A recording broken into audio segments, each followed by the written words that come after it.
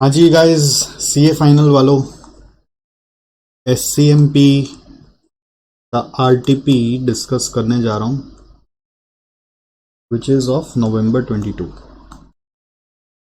Problem क्या पता है आप लोग हो? बहुत प्यारे बच्चे। ये प्यारे बच्चे होना प्रॉब्लमेटिक चीज़ है। मतलब प्यारे बच्चे क्या होते हैं ना, बहुत ज़्यादा डिपेंडेंट हो जाते हैं। जो बच्चे थोड़े से रफ होते हैं ना, वो थोड़े इंडिपेंडेंट होते हैं। तो मैं ये बोलना चाह रहा हूँ, बहुत ज़्यादा डिपेंडेंट हो। आरटीपी आया नहीं कि आप इतना बार मेरे को मैसेज कर दिए, RTP RTP, waiting for RTP, waiting for your RTP, waiting for your RTP. अपने से खोल के देखना ही नहीं क्या है, क्या नया है। जो नया है उसको खुद से करें। एग्जाम कोई सब चीज कराया हुआ से ही आएगा क्या? सब चीज मालूम है। खुद से दो सवाल भी अपने से नहीं करेंगे, सर बता दीजिए, सर का वीडियो कान में लगाएंगे और आरटीपी सामने खोल के सर जो बोल रहे हैं वो देख लेंगे, सुन लेंगे, थोड़ा फास्ट हो जाएगा। बट उससे आप सीखोगे? कभी नहीं सीखोगे। प्रॉब्लम क्या है बच्चों का? सर बता दीजिए, वीडियो के साथ साथ हम आरटीपी खाली मिला लेंगे। अपना दिमाग नहीं लगाओगे तो पास होगे ही नहीं। ऐसे वीडियो पे डिपेंडेंट रहोगे, भगवान भी आपको पास नहीं करा सकता है। तो मेरा उम्मीद ये था कि कम से कम आरटीपी आया और अपने से देखो, और इस बार ऐसा तो रिप्लाई करो कि सर इस बार जो आरटीपी आया मैंने देखा और मुझे सर सारा समझ में आ गया, मेरे को आपका हेल्प का जरूरत नहीं पड़ा सर, थैंक यू।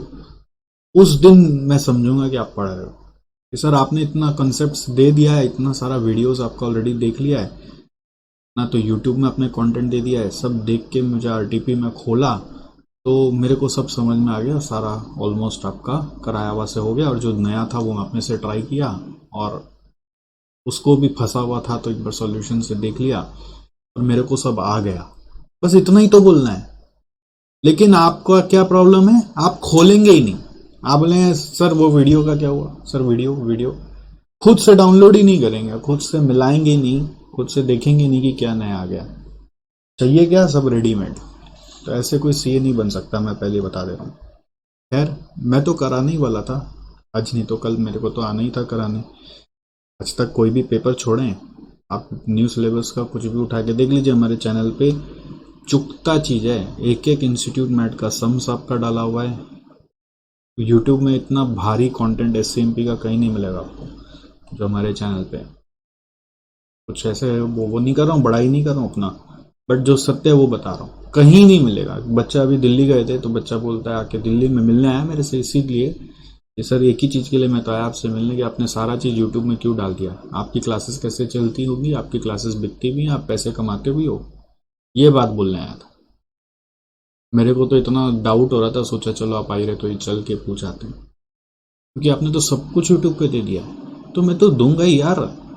आप उसका क्यों चिंता कर रहे हो? बट अपने से क्या एक बार खोल के मिलाओगे नहीं? हाँ, खोल के अपने से नहीं देखोगे कि क्वेश्चन किया हुआ है कि नहीं किया हुआ है, अटेम्प्ट नहीं करोगे, नया क्वेश्चन को खुद से नहीं देखोगे, और एक बार ये तो हिम्मत दिखाओ कि सर मैंने अपने आप कर लिया सर, थैंक यू सर, हुआ सर मेरे से, मेरे को समझ में आ गया सर। इतना तो हिम्मत दिखाओ। सर के पीछे बढ़ना है, सर आरटीपी आरटीपी आरटीपी, और चारों तरफ एक ही मैसेज डाल दे, व्हाट्सएप में, इंस्टा में, यूट्यूब में, सब जगह जहां जहां हो सकता है सब जगह डाल दो, मेल भी कर दो, फोन भी कर दो, तंग कर दो आदमी को।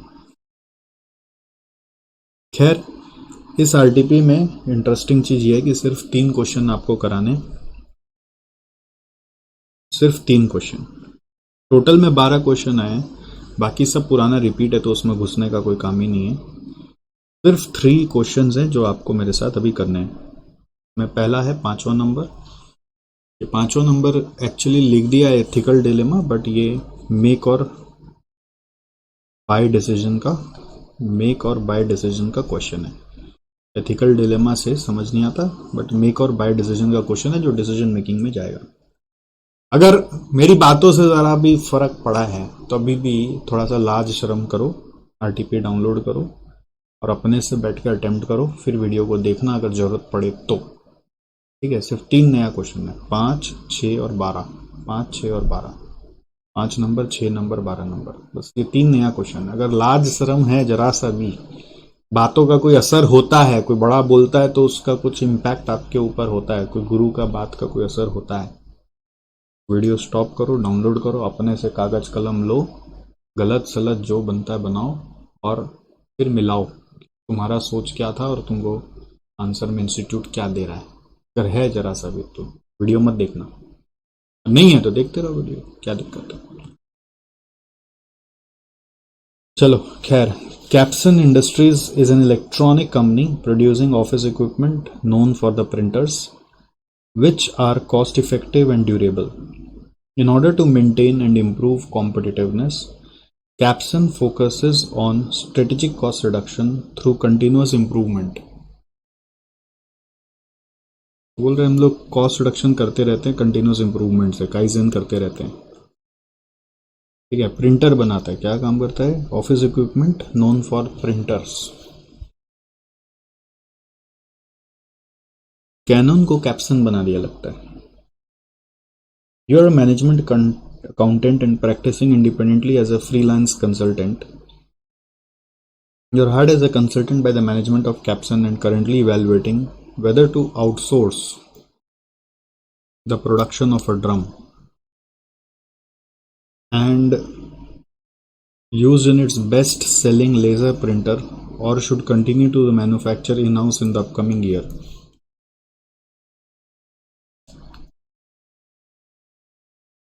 ठीक है, सो कैप्सन इंडस्ट्रीज का कहना है कि हम लोग का एक डिसीजन होम मेकिंग करना है कि एक ड्रम है जो प्रिंटर में यूज होता है, उसको हम लोग आउटसोर्स करें कि हम लोग इन हाउस बनाएं। तो मेक और बाय का क्वेश्चन हो गया ना। Outsource vendor coated the price of 225 per unit of D32 for the upcoming year. Vendor ने प्राइस कोट किया है 225। तो outside purchase price is ₹225। The product engineer explained to you that the toner cartridge is the container that holds the toner powder. Product engineer आपको समझा रहा है printer का अंदर का पार्ट्स, ये जैसे कार्ट्रिज होता है ये, ठीक है, इसके अंदर टोनर इंक पाउडर होता है, ठीक है, टोनर पाउडर बोलते हैं। The drum unit is N electrically charge cylinder that fuses that toner powder in onto paper to create text images. Actually ये ड्रम का ही फोटो है, दिस इज द ड्रम।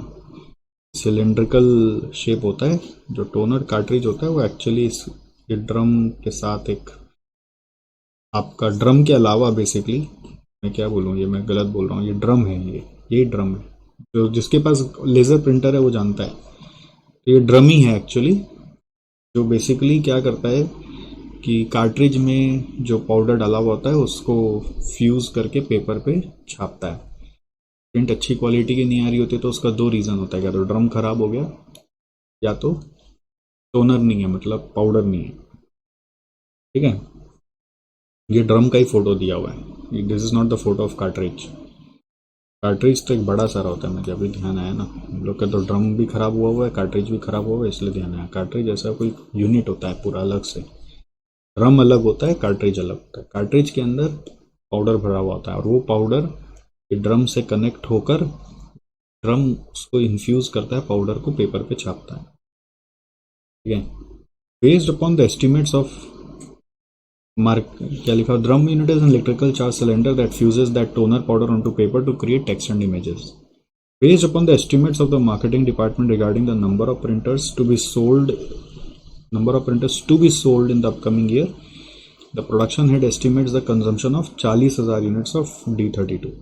तो आने वाला साल में 40,000 ड्रम कंज्यूम होने का बात है, कंजम्पशन। ठीक है, मतलब जितना प्रिंटर बिकेगा उसी के हिसाब से ड्रम कंज्यूम होगा। The cost clerk in the accounts department provided you with the following information. Annual है, actual till 24 March and budgeted for remaining week. ठीक है, pertaining to D32 for the year just about to end, मतलब this is for current year. About to end में current year में scenario है, rupees in lakhs से ध्यान देना, ये नजर नहीं पड़ता है। मटेरियल कंज्यूम्ड है 33.975 लाख, लेबर पेड है 16.47 और प्रोडक्शन ओवरहेड अदर देन लीजेस है 23.72। ये सब टोटल में दिया हुआ है। बिल्ड अगर इन हाउस करोगे तो लीज रेंट लगेगा 15.6 और production during the year 36,000 units के हिसाब से एडमिन ओवरहेड अदर देन लीजेस दिया हुआ 6.23 lakhs। You also gather the information relevant to D32 which signify during the upcoming year। ये अपकमिंग ईयर के लिए आपने और भी गैदर किया इन्फॉर्मेशन। मटेरियल प्राइस और labour rate is going to increase by 6% and 5%। ये होगा 1.06, ये होगा 1.05। Leases can be terminated but the cost of termination will be equivalent to half a month rental. तो ये पूरा आपका साल का है और इसको टर्मिनेट कर सकते हो। टर्मिनेट कब करोगे? If outsourced. आउटसोर्स करने से हम लीज रेंट को टर्मिनेट कर सकते हैं, ठीक है। बट इफ आउटसोर्स टर्मिनेट करेंगे तो टर्मिनेशन कॉस्ट लगेगा। आउटसोर्स करेंगे तो टर्मिनेशन कॉस्ट लगेगा which is equal to half months rent, 0.5 months rent. तो ये एक साल का दिया हुआ है, इसको 0.5 में निकालना पड़ेगा। Lease rent are static over the years for the next 3 years. Space and plant have sufficient idle capacity to absorb the increase in production। तो 36,000 यूनिट है, आपका प्लानिंग है 40,000 का, तो आपके पास इतना है कि आप आराम से 40,000 बना सकते हैं। फिर बोल रहे 60% and 30% of production overhead and admin overhead are variable in nature respectively.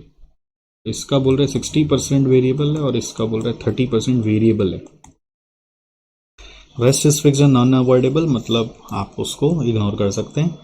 Total variable cost are directly and linearly proportionated to the volume of production. इसका मतलब है जितना ज़्यादा आप यूनिट्स बनाओगे उतना ज़्यादा आपका कॉस्ट बढ़ जाएगा। Variable overhead cost expected to increase by 3% but due to the inflation effect. तो आपके हिसाब से ये भी 3% से बढ़ने वाला है इंटू 1.03। बट ये सारा कॉस्ट 36,000 के लिए, आपका प्लानिंग पूरा 40,000 का होगा। आउटसोर्स करने का कॉस्ट 225 है। आउटसोर्स करने का एक और कॉस्ट है टर्मिनेशन कॉस्ट ऑफ लीज, वो आउटसोर्स करेंगे तब लगेगा। तो बेसिकली मेक करने का कॉस्ट में आ रहा है direct material, direct labour, variable production overhead, variable admin overhead और एक lease rent. Lease rent build in house करने के लिए लग रहा है, ठीक है। That is a specific fix cost. ये ऐसा मत सोचना कि ये अनअवॉइडेबल फिक्स कॉस्ट है, ये स्पेसिफिक फिक्स कॉस्ट है। इन हाउस बिल्ड करे तभी लग रहा है, स्पेस, प्लांट एंड इक्विपमेंट का। और बाय कर रहे हैं तो एक परचेज प्राइस लग रहा है प्लस टर्मिनेट कर देंगे लीज को तो टर्मिनेशन कॉस्ट लग रहा है, टर्मिनेशन ऑफ लीज। ये दो कॉस्ट आ रहा है, तो दोनों कॉस्ट को कंपेयर कर लेंगे फॉर 40,000 यूनिट्स, तो you will get the idea which one we should opt for. Now you are crunching the numbers to advise the management. इसका मतलब क्या, आप नंबर्स को सजा रहे हो मैनेजमेंट को एडवाइज करने के लिए। In meantime you come across VP production who indicates producing D32 in-house will become cheaper in the upcoming year because the production cost will reduce significantly on account of the initiative proposed instead of an increase in it as quantified by you। आपने तो सोचा है कि ये सब cost बढ़ने वाले हैं इन्फ्लेशन के कारण, बट वीपी का कहना है कि ये सब कॉस्ट है ना आने वाले ईयर में घटने वाले हैं। आप इसलिए hence advise you to analyze the decision ignoring the increase in cost of production। वो बोल रहा है कि आप एक काम करो, ऐसा करो, आप एडवाइस करते समय ना वो इंक्रीज को इग्नोर करके आप एडवाइस करो। ऊपर से बोल रहा है rather advise to consider them at a level lower than the current level. बोल रहा है आप है ना इंक्रीज तो भूल ही जाओ, करंट से भी लो लेवल लेकर कॉस्ट को कंसिडर करना। Basically his pain is something else. He detests to see the scope of his work at Capson is getting dwindled and don't want the apple of his eye to be laid off। मतलब बोलना ये चाह रहा है कि अगर ये outsource हो जाएगा फॉर एग्जांपल, तो उसको लग रहा है कि उसका जो वीपी प्रोडक्शन है ना, वीपी प्रोडक्शन में प्रोडक्शन करता वो प्रोडक्शन का जिम्मेदारी उसका कम हो जाएगा। प्रोडक्शन का अगर जिम्मेदारी कम हो जाएगा, कोई बाहर से खरीद लिया, तो उसको लग रहा है कि मेरा तो स्कोप ऑफ वर्क हिल जाएगा, स्कोप ऑफ वर्क हिल जाएगा तो मेरा तो हो सकता है नौकरी भी चला जाए। उसको ले ऑफ का डर लग रहा है, मतलब he is fearing lay off. ये मेक और बाय में मैंने आपको समझाया था कि क्या होता है ना, कोई भी चीज़ जो मेक कर रहे अगर उसको बाय करने लगेंगे तो करंट जो एम्प्लॉयज़ लोग हैं वो लोग घबरा जाते हैं कि मालिक हम लोग को निकाल देगा क्या। ये घबराया हुआ है, इसलिए आपको आके कान में बोल रहा है, खुसुर फुसुर कर रहा है कि अरे सुनो ना, तुम जो इंक्रीज सोच रहे हो आप, वो इंक्रीज नहीं होने वाला। हम लोग का तो कॉस्ट रिडक्शन इनिशिएटिव है, तो डिक्रीज होने वाला है। इसलिए हो सके तो कॉस्ट जो कैलकुलेशन में तुम ले रहे हो करंट से भी कम पे लो, क्योंकि वो तो डिक्रीज ही होने वाला है। अब रिक्वायर्ड क्या, advise the board whether to outsource or to produce in house. अब आप कैसे एडवाइस करोगे ऐसे सिनेरियो में। और दूसरा सवाल है, you know it is nearly impossible to attain the cost reduction as describe by VP. आपको पता है कि वीपी जो बोल रहा है बकवास बोल रहा है। In case of in house production ऐसा कोई कॉस्ट रिडक्शन हो ही नहीं सकता। But you are also dejected. Dejected मतलब थोड़ा सा आप भी निराश हो, हिंदी में बोलते हैं ना निराश। आप भी निराश हो after thought of possible lay of which largely depends upon your advice. अगर आपने एडवाइस कर दिया कि हाँ भैया बाहर से खरीद लो, तो आपको ये मन में आ रहा है कि हाँ बेचारे का नौकरी चला जाएगा अगर हम एडवाइस कर देंगे कि आउटसोर्स कर लो। How you will respond to the dilemma. आप भी फंस गए यार, मैं वीपी का इमोशनल केयर करूं कि यार कंपनी को जो सही एडवाइस है वो दूं कि कॉस्ट बढ़ने ही वाला है, उसके हिसाब से वैल्यूएशन करके दिखाऊं। ठीक है, तो इसका बहुत अच्छा क्वेश्चन बनाया ये मतलब जजमेंट देने वाला क्वेश्चन है कि ऐसे सिनेरियो में भाई साहब आपको फेयर रहना पड़ेगा। You are a consultant, we need to be fair. ठीक है, advice always should be fair, advice should be fair. You can't be emotional in advising. आप निराश हो गए कि भाई सामने वाला का नौकरी चला जाएगा इसलिए मैं एडवाइस थोड़ा सा बदल दूं, ये सही नहीं है। Advice should be fair, based on facts. Facts based होना चाहिए, और एट द सेम टाइम उसमें फाइनेंशियल और नॉन फाइनेंशियल दोनों बता देना चाहिए। ये भी कॉन्सिक्वेंस है, ये भी कॉन्सिक्वेंस है कि अगर आप ऐसा करोगे तो ये भी इसी इशू आएगा। मोरल एम्प्लॉयज लोग का डाउन हो जाएगा, डिमोटिवेटेड फील करेंगे, जिसका इम्पैक्ट आपके बिजनेस में लॉन्ग टर्म पे आ सकता है। ये भी आप बोल दो ना, जिससे कि टॉप मैनेजमेंट फिर दोनों व्यू पॉइंट को सामने में रखते हुए अपना कॉल लेगा। हम लोग फाइनल कॉल नहीं लेते हैं, फाइनल कॉल कंसल्टेंट नहीं लेता, कंसल्टेंट व्यू पॉइंट्स बता देता है।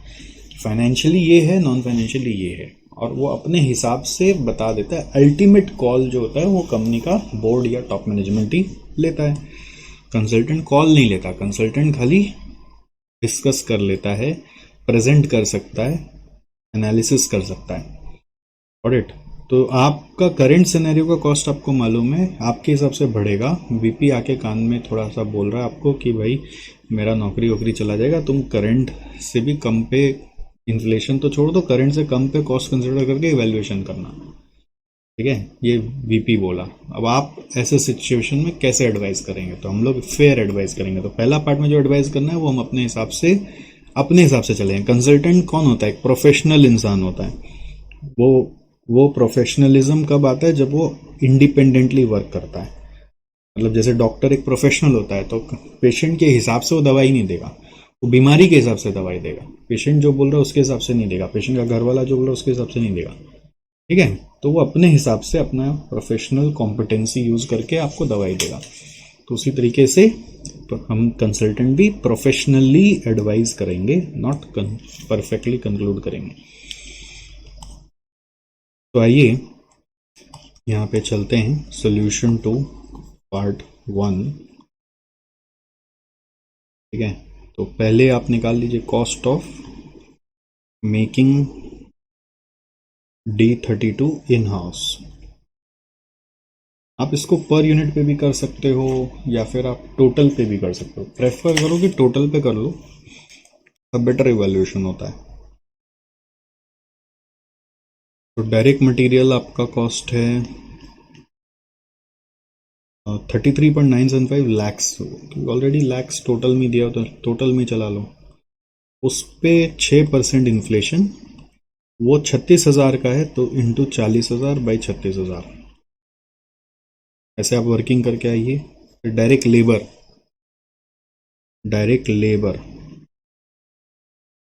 16.47 इंटू 1.05,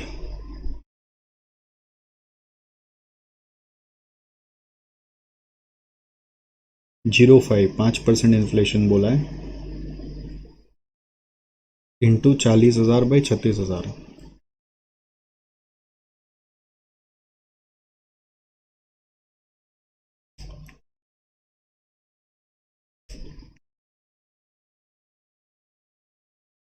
फिर डायरेक्ट लेबर के बाद वेरिएबल प्रोडक्शन ओवरहेड, ये सब फिगर अपने आप वर्कआउट करते आओ। वेरिएबल प्रोडक्शन ओवरहेड में 23.72 का 60%, 23.72 का 60% इंटू इन्फ्लेशन का 1.03 इंटू 40/36। फिर variable admin overhead, admin overhead का है 6.23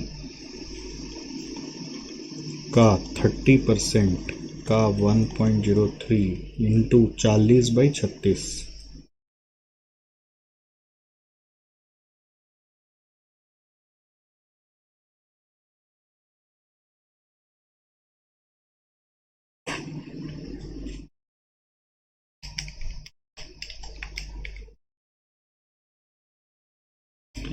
ये आ रहा है 40.015 रुपीज़ इन लैक्स से, ठीक है।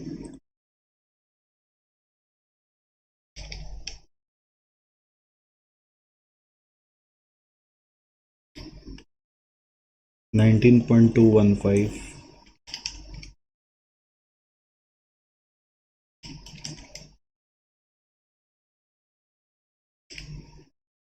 $16.2829,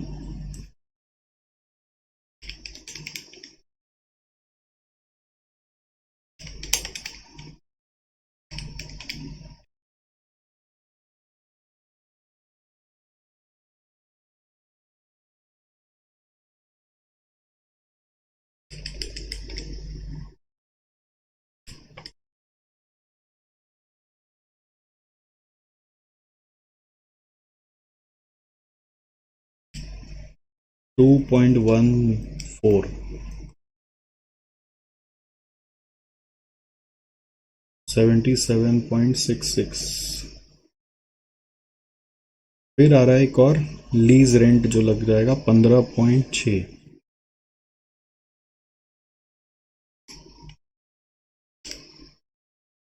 93.26। तो this is the cost of making in house. Lease rent को लेके भी एक बोर्ड आ जाता है मन में कि यार ये कमिटेड होगा, इसको इग्नोर करो। ऐसा नहीं है, lease rent in house manufacture के कारण ही लग रहा है। और एक आउटसोर्स करने का कॉस्ट क्या है? परचेज कॉस्ट है 225 इंटू 40,000, 225 इंटू 40,000 करने जा रहा है 90 लाख। और एक आ रहा है लीज टर्मिनेशन कॉस्ट, वो कब लगेगा? जब आउटसोर्स करेंगे। Lease termination cost, lease termination cost है आधा महीने का 15.6 इंटू 0.5/12, 11.65, तो 90.65। तो एक सॉल्यूशन हो सकता था, और one more solution could be there, कि जो 0.65 है, ठीक है, आप यहाँ पे एडजस्ट कर सकते थे। आप बोलते ये जैसे मैंने फुल कॉस्ट ले लिया। और एक और सॉल्यूशन हो सकता था कि आप यहाँ पर जितना अवॉइडेबल पार्ट है, मतलब जितना स्पेसिफिक पार्ट है वही लोगे। स्पेसिफिक मतलब होता है 15.6 तो देना ही है, बट उसमें से 0.65 आप माइनस करके दे सकते हो। तो अल्टीमेटली क्या होगा ना, हम लोग को तो इन दोनों कॉस्ट को कंपेयर करना है। तो 0.65 यहाँ पे ऐड हो रहा है या वहाँ से माइनस हो रहा है, तो वो भी चल जाएगा भाई। माइनस करने का क्या लॉजिक है? मतलब देखो 0.65 आउटसोर्स करो तो भी देना है, प्रोडक्शन के कारण एक्स्ट्रा क्या देना है, ऐसे सोचना पड़ेगा। 0.65 आउटसोर्स करो तो भी देना है, तो प्रोडक्शन करने के कारण एक्स्ट्रा क्या देना है? That will be 15.6 minus 0.65, 14.95। तो आप खाली 14.95 लेकर भी यहाँ पे अपना वर्किंग करोगे तो ये टोटल अमाउंट चेंज हो जाएगा, बट एट द एंड हम लोग को तो कंपैरेटिव जो नेट सेविंग्स दिखाना है वो तो उतना ही आएगा। तो net savings due to outsource is equal to 93.26 minus 90.65 करके आ रहा है 2.61। 93.26 माइनस 90.65 करके आ रहा है 2.61। Net savings due to outsource. Is it clear?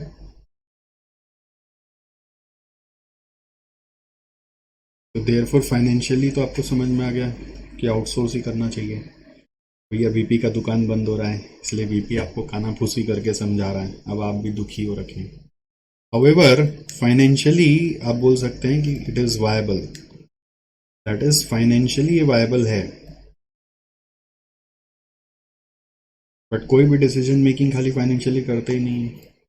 Non financial factors जो आपको कंसिडर करना चाहिए वो सब बहुत सारा आपको बताया हुआ है।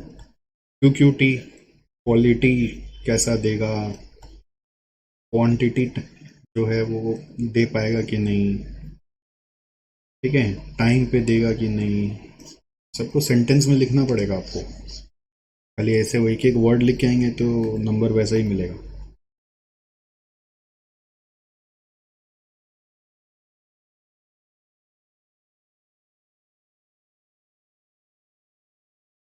Quality, quantity, time is the next point. फिर वही एम्प्लॉय मोराल, ठीक है, due to lay off, morale और ले ऑफ का जो पॉइंट्स है वो भी बताओगे, राइट। फिर और भी पॉइंट्स होते थे, आप अगर याद करो देयर वर सेवरल पॉइंट्स, ऐसा नहीं कि सिर्फ इतना ही था। फिर होता है ना loss of control over value chain, control lost हो जाएगा। आज आप खुद बनाते हो तो एक वैल्यू चेन पे पूरा कंट्रोल है। फिर नेक्स्ट नंबर है कि आपका सीक्रेसी कुछ हो तो वो लीक हो जाएगा, कॉन्फिडेंशियलिटी है तो कुछ वो लीक हो जाएगा। याद आ रहा है? इसके 5-7 पॉइंट्स बना दोगे और क्या, ठीक है। तो आप ऐसे कंक्लूड कर दोगे, therefore decisions for outsourcing to be taken accordingly, to be taken accordingly. Accordingly मतलब दोनों चीज को कंसिडर करते हुए। हर आंसर में ना कंक्लूजन लिखने का एक हैबिट रखा करो, चाहे वो थ्योरी हो चाहे वो प्रैक्टिकल, इसका भी एक नंबर अलॉट होता है अलग से। नेक्स्ट, अब सेकंड पार्ट है डिलेमा वाला पार्ट। डिलेमा वाला पार्ट में क्वेश्चन क्या बोल रहा है? डिलेमा वाला पार्ट में क्वेश्चन क्या बोल रहा है? डिलेमा वाला पार्ट में क्वेश्चन बोल रहा है कि आप कैसे रिस्पॉन्ड करोगे इस डिलेमा को। लोग वही बोल चुके हैं, as a consultant the advice should be always fair, based on facts, ठीक है। However it can't be denied, it can't be denied that due to outsource there may be layoff, there may be layoff of employees in production department, ठीक है। तो professional behaviour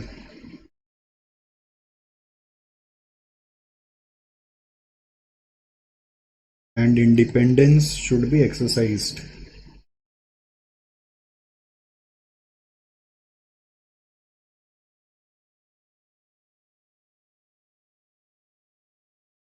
in giving the advice, ठीक है। ये चीज मैंने आपको समझाया था, अब इसको कैसे भी आप वर्ड्स में फ्रेम कर सकते हो।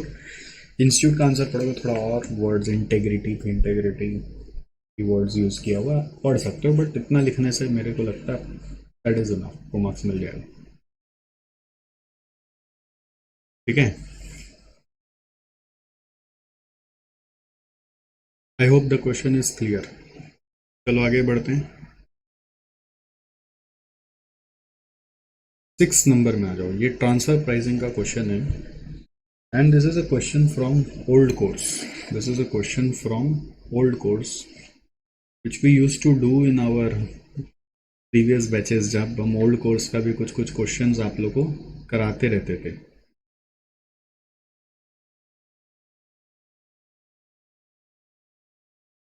ठीक है।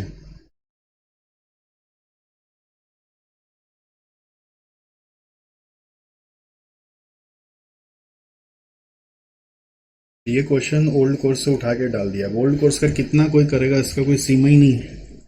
अभी देख रहे लास्ट आरटीपीज में ना हर बार एक एक क्वेश्चन ओल्ड कोर्स का एक तो ऐसा डाल ही दे रहा है। कभी रेलिवेंट कॉस्टिंग का, कभी ट्रांसफर प्राइसिंग का, कभी लर्निंग कर्व का, कुछ ना कुछ एक एक तो उठा के ओल्ड कोर्स से जो सिमिलर चैप्टर है उसका डाल रहा है। बट आप उसमें ओल्ड कोर्स में घुसने मत जाइए, अभी सागर है। ठीक है। उसमें से एक दो लोटा अगर पानी निकाल लेंगे तो कुछ आपका फर्क नहीं पड़ेगा, कुछ नहीं होने वाला है उधर। ये क्वेश्चन को समझो यहाँ पे क्या है। ठीक है। अब अगर चलो अभी भी हाँ, लाजो शर्म की जो बात कर रहे हैं वो अगर है तो सभी है, तो नियम के हिसाब से क्वेश्चन को पढ़ना है। You have to read the question, draw scenario. आपको ट्रांसफर प्राइसिंग में समझाया ना पूरा, कंपनी, डिवीजन, यहाँ पे 3 डिवीजन है, जेड ए पी। तीनों डिवीजन का सिनेरियो को ड्रॉ करिए, जेड का, ए का, पी का। हर एक का जितना सिनेरियो बन रहा है, जेड में जितना सिनेरियो बन रहा है वो निकालिए, ए में जितना बन रहा है उसको निकालिए, पी में जितना बन रहा है उसको निकालिए, और सबका कॉस्ट, सेलिंग प्राइस और कंट्रीब्यूशन ये सब निकालने का प्रयास करिए। जो डिटेल नहीं मालूम है वो ब्लैंक छोड़ दीजिए। Take a pause, do this. If you will do this you will learn this. Don't seek perfection, don't seek correct answer, always seek that whether you are able to start or not. ठीक है। चलो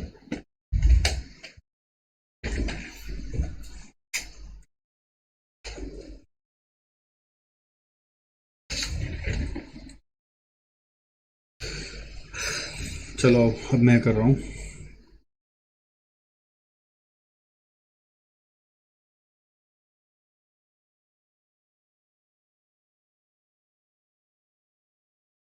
JAP, इसके 3 division है, Z, ए और P, which make products ZAP respectively. ठीक है। For a the only material is Z, for P only material is a. इसका मतलब है ये इसको ट्रांसफर करेगा, ये इसको ट्रांसफर करेगा। Division Z purchases all it's material from outside. Z तो बाहर से खरीदेगा, ऑब्वियस बात है। फिर बोल रहा है direct selling overhead representing commission to external sales agents are awarded on internal transfer. Internal transfer में सेल्स कमीशन नहीं लगता। Division A additionally incurs, division A का बात हो रहा है इसका, इनकर्स 10 पर यूनिट एंड 8 पर unit on units deliver to external customer and P respectively. मतलब है ए एक्सटर्नल बेचता है और पी को ट्रांसफर करता है, तो उसका वहाँ पर एडिशनली 10 रुपये और 8 रुपये लगता है। ये also incurs ₹6 per unit picked up from Z. वाह, डिलीवरी भी करता है और ये पिकअप भी जेड से पिकअप करता है, तो वो पिकअप कॉस्ट लगता है इसका अलग से। Whereas external suppliers supply at A's factory at stated price of 85। ये अगर एक्सटर्नल सप्लायर से लेता है तो एक्सटर्नल बाय करता है ए अगर 85 करके आता है। फिर additional information is given below Z A P का। देखो अब ये करके समझो। जेड बेसिकली क्या करता होगा, एक्सटर्नली सेल करता होगा और Z at the same time A को बेचता होगा, ट्रांसफर करता होगा। जेड का कॉस्ट स्ट्रक्चर में क्या दे रहा है, डायरेक्ट मटेरियल दे रहा है, एक्सटर्नल सप्लायर से खरीदना पड़ता है 40, और चाहे ट्रांसफर करे चाहे बाहर बेचे वो 40 में ही आएगा, क्योंकि जेड किसी से ट्रांसफर में लेता नहीं है। Direct labour 30-30, commission external sale में लगेगा, ए को ट्रांसफर करते समय नहीं लगेगा। तो ये आ रहा है 85 और यहाँ पे आ रहा है 70। ये आ गया variable cost per unit. Selling price है बाहर में 110, ट्रांसफर प्राइस अभी नहीं पता। कैपेसिटी बाहर के लिए, एक्सटर्नल डिमांड के लिए 14,000 है। यहाँ पे मेरे को कंट्रीब्यूशन पर यूनिट मिल गया 15 और 10 25 रुपये आ रहा है। यूनिट्स आप मैक्सिमम बेच सकते हैं, मैक्स यूनिट से 36,000, सॉरी 14,000 यूनिट्स है मैक्स। तो you can say we have idle capacity of 6,000 which can easily be transferred. Idle जो 6,000 है वो आप आराम से ट्रांसफर कर सकते हो, है ना। तो ये XZ की कहानी। ट्रांसफर प्राइस नहीं पता है। क्वेश्चन में क्या बोला, range of negotiation for manager ZAP बताओ, कितना यूनिट्स और कितना ट्रांसफर प्राइस। तो ट्रांसफर प्राइस ही तो बताना है यहाँ पे। फिर अब ए के केस में आते हैं। तो ए के केस में वो दो जगह बेच सकता है, एक्सटर्नल और पी यानी कि ट्रांसफर कर सकता है वो। चक्कर क्या है कि ए के पास जो इनपुट है वो क्या तो बाजार से खरीदेगा या तो उसको ट्रांसफर होके आएगा, ठीक है। तो ट्रांसफर इनपुट अगर हुआ तो कॉस्ट स्ट्रक्चर कुछ और हो सकता है, और बाजार से खरीदा तो एक्सटर्नल परचेज किया तो कॉस्ट स्ट्रक्चर कुछ और हो सकता है। ये एक्सटर्नल सेल्स की बात हो रही है। फिर ऐसी पी में भी ट्रांसफर इनपुट अगर पी को, मतलब जेड से जो इनपुट आया ए के पास वो पी को दे दिया, और या फिर एक्सटर्नल परचेज भी हो सकता है, एक्सटर्नल परचेज करके पी को दिया। तो 4 सिनेरियो आ गए। क्या है ना, आपको जब हड़बड़ में आप पढ़ोगे ना, आपको सिनेरियो ही क्लिक नहीं करेगा। This is the main point. आपको 2-3 बार पढ़ने का हैबिट डालना पड़ेगा, और जब तक खुद से करोगे नहीं ना, वो होगा भी नहीं। करते हो अपने आप, अगर 4 नहीं सोच पाए, 2 सोच पाए, तो 2 नहीं सोच पाए, इसका धक्का लगेगा आपको अंदर, और धक्का से वो याद रह जाएगा। और खाली ऐसे कॉपी करने से कुछ नहीं याद रहेगा। अभी समझ में आ जाएगा बट याद नहीं रहेगा। अपने से करने से क्या होता है, सही हो जाता है तो भी याद रहता है कि हम जीत गए थे, और नहीं सही होता है तो धक्का लगता है तो भी याद रहता है। तो दोनों वे विन है ना खुद से करने से। फिर आ रहा है इसमें देखो, ट्रांसफर्ड इनपुट है तो ट्रांसफर्ड इनपुट का कॉस्ट होता है, जो ट्रांसफर प्राइस होता है वो भी हमको पता नहीं, ठीक है। बट अब परचेज कॉस्ट हम लोग को पता है। अच्छा, ट्रांसफर्ड इनपुट में ना एक कॉस्ट आता है पिकअप कॉस्ट। पिकअप कॉस्ट खाली ट्रांसफर होगा तो ही लगेगा, 6 रुपया 6 रुपया। यहाँ पे पिकअप कॉस्ट के बारे में बोला था ना, 6 रुपया, 6 rupees per unit pickup from Z.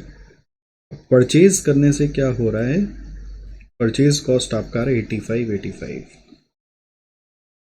Purchase करने से आ रहा है 85, ठीक है। बाकी कॉस्ट देखो, डायरेक्ट लेबर 50 सब में आ जाएगा। चाहे ट्रांसफर्ड इनपुट बेचेंगे बाहर, चाहे एक्सटर्नल परचेज किया हुआ बेचेंगे, तो लेबर कॉस्ट तो आना ही है। डायरेक्ट लेबर के बाद कमीशन, कमीशन है 15, कमीशन है 15, लेकिन देखो एक्सटर्नल सेल में ही आएगा, वो ट्रांसफर में नहीं आएगा। कमीशन ट्रांसफर में अवॉइड हो जाएगा, ऐसा बोला हुआ था। फिर उसके बाद बोला है एडिशनली इंकर 10 पर यूनिट एंड 8 पर यूनिट ऑन यूनिट्स डिलीवर्ड। एक डिलीवरी कॉस्ट है 10 in case of external sales and 8 in case of transfer. देखो इनपुट आने से इनपुट कॉस्ट पे फर्क पड़ा है, ठीक है। सेल करे तो डिलीवरी कॉस्ट पे फर्क पड़ा है, ध्यान देके करना पड़ेगा। अब इसके बाद आपका आ गया variable cost per unit total. Purchase का निकल जाएगा, ये अभी अटका हुआ है 85, 1500, 160 आ रहा है क्या? Is it coming 160? इधर आ रहा है 85, 51, 43। इधर क्या आ रहा है, जैसे transfer price plus, transfer price नहीं पता ना, तो प्लस क्या खर्चा बैठ रहा है इसका, 56, 76 और 15, 81, 10, 66 और 15, 81। और यहाँ पे क्या बैठ रहा है, ट्रांसफर प्राइस नहीं पता बोलकर प्लस 14 और 50, 64, ठीक है। This is the structure that we got. और सेलिंग प्राइस एक्सटर्नल मार्केट का हमको पता है 170 है, 170, 170। ट्रांसफर प्राइस हम लोग को नहीं पता है। कितना में ट्रांसफ़र होगा पी को वो नहीं पता है। क्या समझ में आया आपको? सर समझ में ये आया कि Z दो जगह खाली बेच रहा है, राइट? और ए के साथ क्या हो रहा है सर? ए के साथ ये हो रहा है कि वो दो जगह से खरीद रहा है और दो जगह से बेच रहा है, buying from two sides and selling to two sides. P के लिए क्या बोला है? पी के लिए तो कोई इन्फॉर्मेशन ऊपर में था ही नहीं, तो पी का आउटसाइड परचेज प्राइस है 135। अगर वो बाजार से लेके आता है, एक्सटर्नल बाय करता है, तो वो 135 पे करता है। I think this is enough. अपने को तो ट्रांसफर प्राइस वगैरह से ही मतलब है। पी का प्रोडक्शन कैपेसिटी 40, बाजार में डिमांड है 42, तो उसका यूनिट्स उसको 40,000 लगेगा। कैपेसिटी जितना है मैक्स यूनिट्स वो 40,000 ही ले पाए, कैपेसिटी 40 का है। ए के केस में एक्सटर्नली सेल हो सकता है 26, तो मैक्स यूनिट्स जो सेल हो सकता है यहाँ पर मैक्सिमम यूनिट्स एक्सटर्नल में 26, तो आइडल पड़ा हुआ है 4। आइडल यूनिट्स आराम से ट्रांसफर तो हो ही सकता है। ये यूनिट्स की कहानी। ये एनालिसिस ही तो ट्रांसफर प्राइसिंग में मेन होता है। अगर कोई भी क्वेश्चन हो ना, अगर आप ठीक से एनालिसिस कर लिए तो आपका सम 80% हो जाता है। अब इस क्वेश्चन में क्या बोल रहा है? The range of negotiation of for manager ZAP for the number of units and the transfer price for internal transfer. Range बताओ, ट्रांसफर प्राइस क्या हो सकता है और यूनिट्स कितना ट्रांसफर हो सकता है वो बताओ। ठीक है, आइए अब इसको रेंज को समझाते हैं।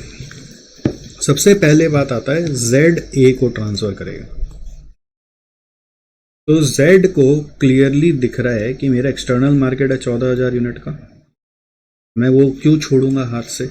उसमें मेरा पॉजिटिव इनकम है 25 रुपीज़ पर यूनिट, मैं हाथ से नहीं छोड़ूंगा। तो Z will first prefer, division Z will first prefer to sell 14,000 unit to external market and earn contribution of 14,000 into 25, तो ये आ रहा है 3.5 लाख रुपया।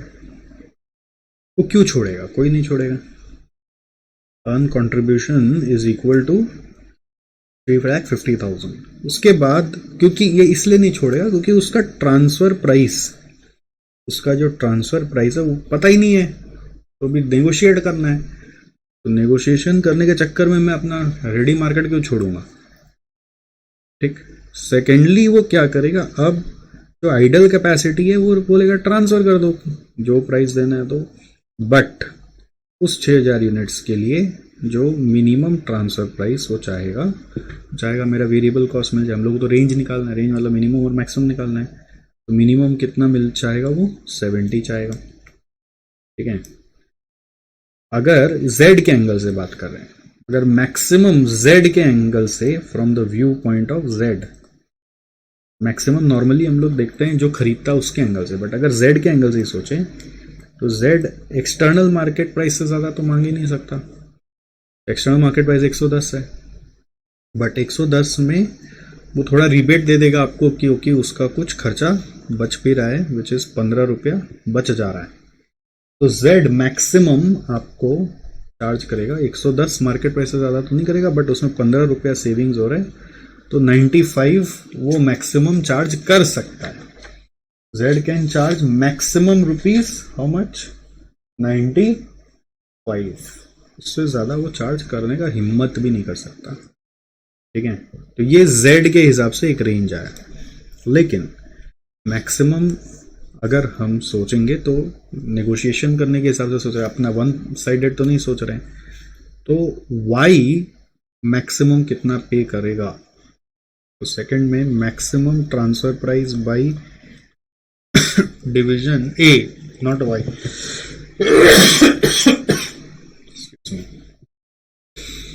Maximum transfer price by division A,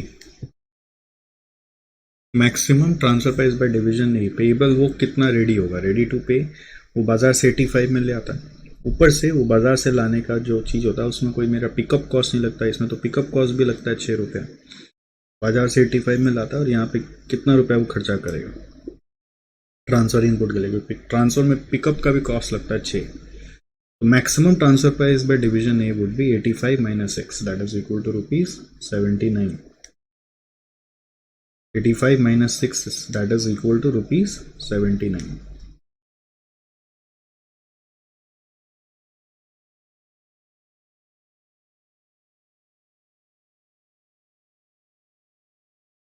Okay, so maximum transfer price by division A is 85 minus 6, that is equal to 79. वो उससे ज़्यादा नहीं देगा क्योंकि वो उसका नेट जो एक्सटर्नल परचेज प्राइस है माइनस जो additional cost on transferred units है, additional cost on transferred units है, उससे ज़्यादा वो नहीं देगा। ये वो अपना आउटफ्लो को मेंटेन करेगा। ठीक है, therefore the range of negotiation is ₹70 to ₹79। ठीक है, 70 to 79 ये रेंज ऑफ नेगोशिएशन आ रहा है। ऑलराइट, और मैक्सिमम यूनिट्स कितना ट्रांसफर होगा? Maximum units transferred will be, जो आइडल कैपेसिटी है 6000 यूनिट्स, उससे ज़्यादा देंगे भी नहीं क्योंकि आइडल, क्योंकि 70 और 79 में भी हाईएस्ट भी अगर मेरे को मिला 79, सोचो अगर हम 79 में रखेगा यहाँ पर तो मेरा तो कंट्रीब्यूशन 9 रुपये आएगा, तो मैं अपना इसको सैक्रिफाइस करके ट्रांसफ़र क्यों करूँ? लॉजिकल नहीं, कंपनी के लिए भी लॉजिकल नहीं आएगा, डिवीजन के लिए लॉजिकल नहीं आ रहा है क्योंकि वो एक्सटर्नल से सैक्रिफाइस करा ना, इसलिए कंपनी के लिए भी लॉजिकल नहीं आएगा, अपॉर्चुनिटी कॉस्ट बहुत ज़्यादा है। तो 6000 यूनिट से ज़्यादा ट्रांसफ़र करने का बात ही नहीं है। अगर हाईएस्ट भी मिल गया तो भी 9 रुपये तो कंट्रीब्यूशन आएगा, 25 रुपये क्यों छोड़ें? इसलिए 6000 यूनिट से मैक्सिमम ट्रांसफ़र हो सकता है। अब इसमें क्या है ना, यहाँ तक सब ठीक लग रहा है, ऑलराइट, एकदम क्लियर कट है। इंस्टीट्यूट कह रहा है कि अगर ट्रांसफर प्राइस 70 हुआ मिनिमम, तो मिनिमम 70 हुआ तो जेड को तो मोटिवेशन ही नहीं है, उसको तो कोई इनकम ही नहीं मिलेगा, तो जेड का इनकम 0 आ जाएगा। बट वाई को ए को बहुत मोटिवेशन आएगा। अगर ट्रांसफर प्राइस 70 हुआ तो जेड को मोटिवेशन ही नहीं है, 0 इनकम होगा। और ए को बहुत मोटिवेशन आएगा, क्यों? क्योंकि ए विल गेट 70 + 6 76 में, क्योंकि बाजार में उसका 85 पड़ता है, तो ए को बहुत फायदा हो जाएगा। तो at 70, at transfer price of ₹70, no motivation to division Z. ये इंस्टीट्यूट ने बोला, बहुत अच्छी बात बोली, but division A would be benefited, ठीक है, क्योंकि उसका 85 का चीज 76 में आ रहा है, 85 - 70 + 6, तो 9 रुपया करके उसका बेनिफिट हो जाएगा। ठीक है, would be benefited by ₹9 per unit. You can say 9 per unit. Benefited is equal to ₹9 per unit. All right. तो इसलिए क्वेश्चन बोल रहा है, मतलब इंस्टीट्यूट का एक सॉल्यूशन है जो बहुत वियर्ड है, बट आपको उस एंगल से सोचने में क्या दिक्कत है? अभी बोल रहा है इसलिए therefore transfer price can be ₹71, जिसे 1 रुपया मोटिवेशन का नाम पे दे दिया, दक्षिणा दे दिया उसको। ₹1 मोटिवेशन माने benefit, additional benefit to division Z. ठीक है, 1 रुपया जबरदस्ती का दे दिया। ये एक वियर्डो है। मेरे हिसाब से आप अपना आंसर अगर 70 से भी करके आएंगे तो मार्क्स पूरा मिलना चाहिए, ये मेरा राय, मैं ऐसा मानता हूं। लेकिन जो इंस्टीट्यूट कह रहा है वो मैं आपको समझाया कि 1 रुपया मोटिवेशन दे सकते हैं। सर 1 रुपया क्यों? तब तो 2 रुपया भी दे सकते हैं, हाँ 3 रुपया भी दे सकते हैं, हाँ सर आधा आधा भी कर सकते हैं। 9 रुपया नेट बेनिफिट है तो 4.5 उसको दो, 4.5 उसको दो, वो भी कर सकते हैं, बट उसका परफेक्ट आंसर नहीं है। इंस्टीट्यूट ने 71 बोला है, मैंने आपको बता दिया। मेरे हिसाब से आप 70 पे भी छोड़ देंगे या 70 to 79 पे यहाँ तक भी छोड़ देंगे तो भी सही है। तो ये क्लियर है, Z2A ये एक पार्ट हो गया। अब दूसरा आपको बताना है A जब P को देगा तो कैसे देगा। तो A जब P को देगा तो उसमें एक चक्कर आ गया कि A जब P को दे रहा है, ध्यान दो, 2 तरह से दे सकता है। ए बाहर से खरीदेगा प्रोसेस करके जो बनेगा वो पी को देगा। एक्सटर्नल परचेज वाला वो पी को देगा, ये वाला एक्सटर्नल परचेज करेगा तो उसका कॉस्ट आता है 143। तो मिनिमम कितना चार्ज करेगा ए? 143। पी के केस हम ट्रांसफर का ही बात कर रहे हैं। और मैक्सिमम पी कितना दे सकता है? वो तो बाजार से खरीद पड़ता है 135। तो अगर ए बाहर से खरीद के प्रोडक्शन करेगा तो उसका कॉस्ट 143 है वेरिएबल कॉस्ट, और ना पी बाजार से कितना में ले आता है? 135 में। तो डेफिनेटली इस केस का क्या सोल्यूशन है कि ट्रांसफर होगा ही नहीं। अब ए टू पी की बात जब आ रही है तो इसमें केसेस बनते हैं। केस 1 बन रहा है A has purchased component Z from outside. Then in that case variable cost per unit of transfer is coming as 143, right? ये एनालिसिस कितना इंपॉर्टेंट है, देखो ये ठीक से हो गया तो सम हो जाता है। और उसी के साथ परचेज प्राइस पर यूनिट, मतलब this is the minimum transfer price, ठीक है? Minimum transfer price by division A by A will be variable cost per unit। और मैक्सिमम ट्रांसफर प्राइस जैसे A कितना चार्ज कर सकता है?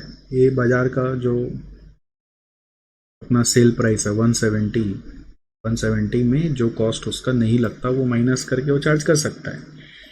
मैक्सिमम ट्रांसफर प्राइस वो कितना चार्ज कर सकता है खुद से? 170 उसका बाजार का सेल प्राइस है, और उसमें जब ट्रांसफर कर रहा है तो उसका कितना कॉस्ट का सेविंग हो रहा है।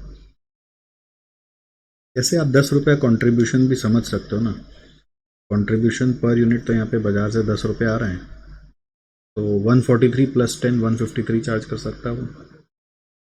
Can charge 153, right? तो maximum transfer price by A can be variable cost per unit plus contribution lost, अगर है तो। अगर कुछ सेक्रीफाइस करके ट्रांसफर करेगा तो वह 143 प्लस 10 रुपीज, कॉन्ट्रीब्यूशन 10 रुपीज है 153। But maximum transfer price payable by जो बायर है डिवीजन पी, वो बोलेगा मेरा जो एक्सटर्नल परचेज प्राइस है मैं उससे ज्यादा तो दूंगा ही नहीं, विच इज 135। तो रेंज क्या बन गया? रेंज बन गया 143 टू 135, राइट? मिनिमम है 143, मैक्सिमम 135। ये तो पूरा अनकन्वेंशनल आ गया। मिनिमम मैक्सिमम से ज्यादा हो रहा है, इसका मतलब क्या है? Therefore no transfer will take place. ये देने वाला 135 से ज्यादा देगा नहीं, और ये बोलता है हमको मिनिमम 143 चाहिए। मतलब जब ए बाजार से खरीद के पी को देना चाहता है तो पी को परवरेगा ही नहीं, पी को नुकसान हो जाएगा। P will not be ready to accept any transfer, होना ही नहीं चाहिए। और इनके लिए नुकसानदायक है तो कंपनी के लिए भी नुकसानदायक है। ये केस 1 रिजेक्ट हो गया। केस 2 हो सकता है कि ए के पास 2 सोर्स है ना, ए परचेज करके ट्रांसफर करता है ये वाला, या फिर ए ट्रांसफर इनपुट लेकर ट्रांसफर करता है, ठीक? तो A has transferred to P from production done using transferred input. A has transferred to P from production done using transferred input. A has transferred to P from production done using transferred input. A has transferred to P from production done using transferred input. अगर ऐसा हुआ है तो अब transferred input कितना पे आया वही क्वेश्चनेबल है। देखो ए का 2 केस वो तो क्लियर कर लो ना भाई, यही तो 2 केस बन रहा है। ये केस 1 है और ये केस 2 है। ये हम केस 2 में बता रहे हैं, ये केस 1 में बता दिए।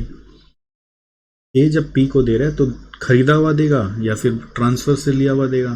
तो खरीदा हुआ का तो हमने वर्कआउट कर लिया, अब ट्रांसफर का बात हो रहा है अगर, तो उसमें जा रहा है A has transfer to P from production done using transferred input. इसमें दो सिनेरियो बनता है क्योंकि ट्रांसफर प्राइस नहीं पता है। तो सिचुएशन 1, ए के पास कितना पे आया होगा? जेड हैज ट्रांसफर्ड, कितना यूनिट्स को ट्रांसफर करेगा जेड? जेड ट्रांसफर कर सकता है maximum 6000 unit. Z has transferred जो भी 6000 यूनिट है एट द रेट, अब आप 71 मान सकते हैं या फिर 70 मान सकते हैं, ठीक है, मिनिमम वाला। जेड हैज ट्रांसफर्ड एट, सोचो मिनिमम प्राइस ऑफ ₹70। अब ये वाला वर्किंग 71 लेके भी किया जा सकता है, ठीक है, 70 वाला भी लिया जा सकता है, 71 वाला भी लिया जा सकता है। जेड ने अगर 70 पे दिया उसको, ठीक है, तो जेड कितना यूनिट देगा? मैक्सिमम 6000। तो वो 6000 को जैसे ही जेड से कुछ भी मिलेगा उसको सस्ता पड़ेगा 70 मतलब 70 + 6 76 आएगा यहाँ पर। तो यहाँ पर जैसे ही सस्ता पड़ेगा ना, तो बुद्धिमान आदमी क्या करेगा, रैशनल आदमी क्या करेगा? ए क्या करेगा पता है? A will immediately try to sell those units in external market for maximising its profit. तो ए बोलेगा यार यहाँ पे 70 + 70 में आ गया ना, 70 + 81 151 ही कॉस्ट पड़ा, तो मैं क्यों ना बाजार से ज्यादा कमा लूं। वो पहले जितना हो सकेगा कोशिश करेगा कि मैं बाजार में बेच लूं, ठीक है, बाजार में बेचने का कोशिश करेगा पहले।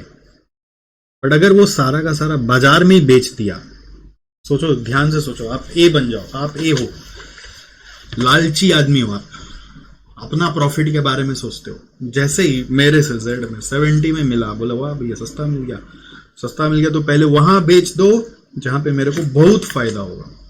तो आप वो सारा का सारा यूनिट्स लेकर अपना कहां डाल दिए? बाजार में बेच दिए। बाजार में इनकम श्योर पता है, सेलिंग प्राइस 170 और मेरे से 6000 यूनिट आया, तो 6000 यूनिट में 70 + 81 151 कॉस्ट पड़ा, 170 प्राइस है, 19 रुपए करके बचाओ, कमाओ, फोड़ के कमाओ। तो अब बात आती है फिर आपके पास पी आया, ट्रांसफर करो। आप बोलोगे खरीद के ट्रांसफर कर देते हैं, खरीद के करने से तो ट्रांसफर फेल ही हो गया, वो तो केस 1 में बता दिया। तो केस 1 में बता दिया ना कि खरीद के ट्रांसफर कर ही नहीं सकते। तो आप बोलेंगे पी ठुल्लू, कुछ नहीं मिलेगा तुमको, पी जाओ तुम यहां से, कुछ नहीं मिलेगा। तो फिर भैया ग्रुप का कॉन्ग्रुएंसी कैसे होगा, गोल कॉन्ग्रुएंसी कैसे होगा? ट्रांसफर को तो ऑनर करना पड़ेगा। इसलिए आपको ट्रांसफर्ड इनपुट जो जेड से मिला है वो आप अपने पास नहीं रखना, मतलब वो आप अपना एक्सटर्नल सेल के लिए मत रखना, वो ही आप ट्रांसफर कर सकते हो। वही तो सिनेरियो बनाया हमने कि केस 2 में A has transferred to P from production done using transferred input, क्योंकि अदरवाइज दूसरा ऑप्शन क्या, बाजार से खरीदा हुआ पी को देंगे तो वो तो वायबल ही नहीं हो रहा है। तो जो ट्रांसफर्ड इनपुट है वही दे सकते हो। तो ट्रांसफर्ड इनपुट आया कितना है? 6000, ठीक है, 6000 आया है। तो पी को मैक्सिमम वो कितना दे सकता है? पी को मैक्सिमम वो कितना दे सकता है? 6000 दे सकता है। फिर से सोचो, पी को वो मैक्सिमम कितना दे सकता है? कि वहां से सस्ता में 6000 आया हुआ है, तो वो पी को मैक्सिमम कितना दे सकता है? 6000 से ज्यादा तो दे ही नहीं सकता, क्योंकि इसके बियॉन्ड तो बाजार से खरीद के लाना पड़ेगा, और बाजार से खरीद के लाएंगे तो वो तो वायबल ही नहीं है। तो मैक्सिमम 6000 ही जा सकता है। ऑलराइट, ए के पास जेड से मैक्सिमम 6000 आएगा, तो ए 6000 ही पास ऑन कर सकता है पी को मैक्सिमम। लेकिन प्रॉब्लम क्या है कि देखो, उसकी कैपेसिटी टोटल 30,000 की है। 30,000 में 26,000 बाजार में बिक सकता है, 26,000 बाजार में बिक सकता है। हिसाब मिलाओ, थोड़ा सा ध्यान दोगे तो समझ में आएगा। 30,000 की कैपेसिटी है, 26,000 बाजार में बिक सकता है, तो कोई भी पहले बाजार में बेचना चाहेगा ना। अब उस 26,000 को पहले प्रोड्यूस करना है, ठीक है, पहले प्रोड्यूस करना है। और 4000 मेरे पास आइडल पड़ा हुआ है। 4000 आइडल कैपेसिटी में अगर मैं ट्रांसफर करके दूं, 4000 आइडल कैपेसिटी का मैं ट्रांसफर करके दूं तो क्या होता है, खाली वेरिएबल कॉस्ट मांगने से हो जाएगा, राइट। बट अगर आप बोलोगे ए के पास आया वहां से 6000 है, पूरा 6000 ट्रांसफर करो। अगर आप बोलोगे 6000, ए तुमको जेड से 6000 दिलवाया, तुम पूरा 6000 पी को दो।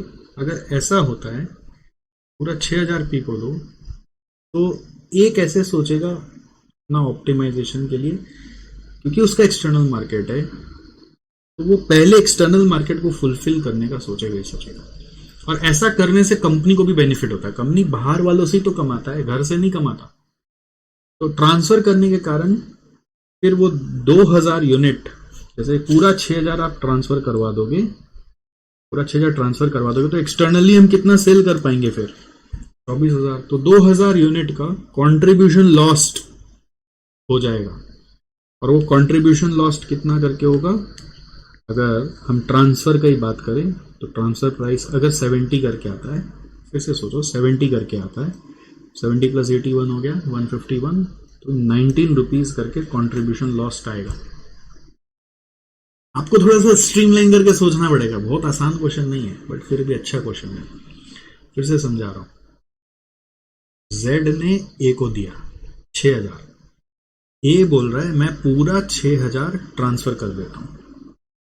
पूरा 6000 ट्रांसफर करने से उसकी कैपेसिटी 30,000 की है, तो 30,000 की कैपेसिटी होने के कारण बाजार में वो कितना बेच पाएगा, 6000 पूरा ट्रांसफर कर दिया तो 24,000 बेच पाएगा। बट बाजार का डिमांड कितने का, 26,000। यानी कि अगर पूरा 6000 ट्रांसफर करोगे तो 2000 यूनिट पर कंट्रीब्यूशन लॉस आएगा, 4000 पे कंट्रीब्यूशन लॉस नहीं आएगा। वहां से 6000 आ रहा है ना। Z has transferred at minimum price of 70 और मैक्सिमम यूनिट्स वो कितना ट्रांसफर होगा, maximum units received from transfer is equal to 6000 units, right. Transfer से 6000 आया। अब उस 6000 का जब मान लो पूरा का पूरा सरका दो कि जेड से ए के पास 6000 यूनिट आया है, तो ए ये सोच रहा है क्या मैं पूरा का पूरा पी को दे दूं, यहां पे कितना यूनिट्स दूं, ये सोच रहा है। तो बात ये है कि इस 6000 यूनिट को तो एज इट इज खाली ट्रेड नहीं करना है ना, इधर से आया और उधर दे दिया, ऐसा नहीं करना है। इसको तो प्रोसेस करना पड़ेगा, इसके पास तो प्रोसेस करने की कैपेसिटी है।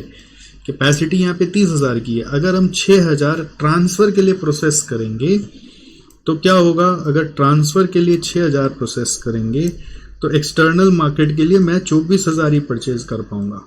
इसका मतलब क्या हुआ, 2000 यूनिट नहीं प्रोसेस कर पाया। अगर ये बैलेंसिंग फिगर में 24,000 है, that is you will say 2000 units का कंट्रीब्यूशन लॉस्ट हो जाएगा। तो वो कंट्रीब्यूशन लॉस तो फिर ट्रांसफर के नाम पे बिल होगा। क्लियर हो रहा है कंसेप्ट। तो इसका मतलब 6000 यूनिट अगर हम ट्रांसफर करेंगे तो हम उसको दो पार्ट में तोड़ के करें कि आइडल है 4000 और फिर सेक्रीफाइस होगा 2000। आइडल है 4000, सेक्रीफाइस ऑफ एक्सटर्नल सेल्स होगा 2000, तब जाके टोटल 6000 ट्रांसफर होगा। मैं ए के घर में इवैल्यूएट कर रहा हूं, इवैल्यूएशन कर रहा हूं ए के घर में। तो देखो variable cost of idle capacity क्या पड़ेगा, ये मिनिमम प्राइस क्या चार्ज करना चाहेगा, मिनिमम प्राइस बाय डिवीजन ए, वो कितना चार्ज करना चाहेगा। अपना आइडल कैपेसिटी हो तो वेरिएबल कॉस्ट तो चार्ज करेगा ही। वेरिएबल कॉस्ट में क्या आएगा उसका, 70 रुपीज में ट्रांसफर हो रहा है ये वाला, 70 प्लस 64 आप बोल सकते हैं, 70 प्लस 64। ट्रांसफर प्राइस मैंने लिया ना, अज्यूम किया है, assumed that transfer price is 70 या 71 भी मान सकते हो। 70 प्लस 64 करने से आ रहा है 134। अगर 71 मान के करोगे तो 135, ठीक है। यहां पे भी 134 आएगा ही, प्लस अगर हम सेक्रीफाइस कराएंगे तो कंट्रीब्यूशन लॉस्ट आएगा। कंट्रीब्यूशन इस पे कितना करके आता है, 70 प्लस 81 151 प्लस माइनस 170 करे तो 19 रुपीज। तो ये आ जाएगा contribution lost at the rate 19। कैसे, 170 minus 70 is the transfer price plus आपका यहाँ पर कॉस्ट कितना था, 81 था ना, कितना था 70 ट्रांसफर प्राइस प्लस 81, 70 प्लस 81 आपका कॉस्ट पड़ गया, उसमें से 170 माइनस किया तो इतना कंट्रीब्यूशन लॉस्ट हो जा रहा है।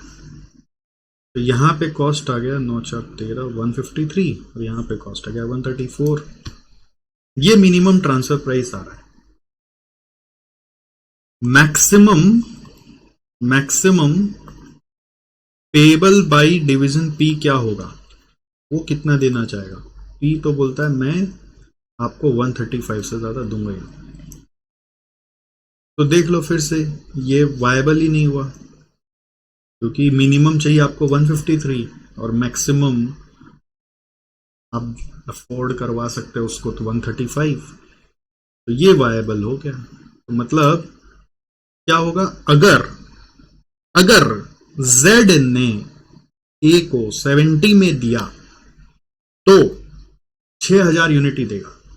उस 6000 यूनिट को A को प्रोसेस करना पड़ेगा, फिर वो P को देगा। प्रोसेस करने के कारण अगर पूरा 6000 ट्रांसफर करेगा, 2000 यूनिट एक्सटर्नल सेल सेक्रीफाइस हो जाएगा। ठीक है, 4000 तो आइडल है तो उसका कोई प्रॉब्लम नहीं, बट 2000 जो सेक्रीफाइस होगा उसका कंट्रीब्यूशन लॉस फिर ए ना जोड़ना शुरू करेगा। कंट्रीब्यूशन लॉस जोड़ते ही उन ट्रांसफर्ड यूनिट्स पे ही बात हो रही है, मैक्सिमम रेंज है वो 6000 यूनिट्स पे ही। हमारा ये वायबल नहीं आया बट 4000 यूनिट वायबल आ गया। तो देयरफॉर आप बोल सकते हैं, इस एनालिसिस से क्या समझ में आया, division A can transfer to division P 4000 units. 6000 आया है बट ट्रांसफर 4000 ही करेगा, तो 2000 बाजार में बिक सकता है, तो कंपनी का फायदा के लिए बेचना चाहिए। If transfer price is rupees, this transfer price और charged by division Z is ₹70, या फिर आप 71 से भी कर सकते हो, तो ₹1 और फिर हिसाब बराबर ही आ जाएगा। 71 से करोगे तो 71 प्लस 64 135 मैच ही कर जाएगा। मतलब इंस्टीट्यूट 71 लेके बता रहा है, फिर मैच ही कर जाएगा, तो फिर कोई मतलब ही नहीं बचा, मोटिवेशन नहीं रहेगा। मतलब मोटिवेशन दोनों को आ ही नहीं सकता। मतलब ₹1 बढ़ा दोगे तो इधर ₹1 एडजस्ट हो गया, 135 बराबर हो गया। छोड़ो, मेरे हिसाब से 70 से ही करना चाहिए, क्योंकि ओल्ड सिलेबस में भी 70 से ही करा हुआ था सॉल्यूशन। तो इसलिए नहीं बोल रहा हूँ कि ओल्ड सिलेबस में करा हुआ था इसलिए 70 करना चाहिए, 70 ही सही है। क्योंकि 71 किस लॉजिक से लेंगे, ₹1 का दक्षिणा दिलवाना है क्या, बेनिफिट फिर बंटवाना है तो बराबर बंटवाना चाहिए था। इस लॉजिक से मैंने ₹1 अपना मन से आर्बिट्ररली अज्यूम नहीं किया। ठीक है, और इस समय रेंज ऑफ ट्रांसफर प्राइस क्या होगा, range of transfer price would be ₹134 to ₹135। Range of transfer price would be ₹134 to ₹135। 134 में क्या होगा, ट्रांसफर प्राइस जब 134 हुआ, ट्रांसफर प्राइस जब ₹134 होगा, तो नो मोटिवेशन टू जो ट्रांसफर है डिवीजन है, क्योंकि उसका तो कॉस्ट ही 134 है, but there will be ₹1 benefit to division P, उसको ₹1 का बेनिफिट होगा। ये एनालिसिस आपको और एक समझा दिया। तो भाई फाइनली ट्रांसफर प्राइस क्या होना चाहिए, 54 दे दो इसको, 54 मोटिवेशन में दिलवा दो, 134.25 134.5, और क्या करेंगे, कुछ भी हो सकता है। अब उसके लिए इंस्टीट्यूट ने कुछ नहीं बोला है, बस वो बोल दिया नो मोटिवेशन। जैसे उसमें तो 70 का 71 कर दिया, अब इसमें क्या करेगा, 134 का 135 करेगा, तो इसको मोटिवेशन मिलेगा, तो उसको कोई मोटिवेशन नहीं रहेगा। अल्टीमेटली कोई एक को तो सफर करना ही पड़ेगा इस जर्नी में। ठीक है, अब एक और सिचुएशन यहाँ पे बन सकता है, सिचुएशन नंबर 2। सिचुएशन 2, क्योंकि हम लोग को फाइनल ट्रांसफर प्राइस नहीं मालूम है, रेंज ही खाली देख रहे हैं। मान लो एक सिचुएशन ये भी हो सकता है कि Z has transferred to A at ₹79। 70 to 79 एक रेंज था ना, हो सकता है 79 में दिया, मैक्सिमम यूनिट्स 6000 आएगा, वही सारा लॉजिक सारा वैसे ही है, 6000 यूनिट से ज़्यादा आएगा नहीं। तो उस 6000 यूनिट का आप इवेल्युएशन करोगे, प्रोसेस करना पड़ेगा ना हम लोग को। आइडल कैपेसिटी हमारे पास 4000, एक्सटर्नल सेल्स जो सेक्रीफाइस होगा वो है 2000।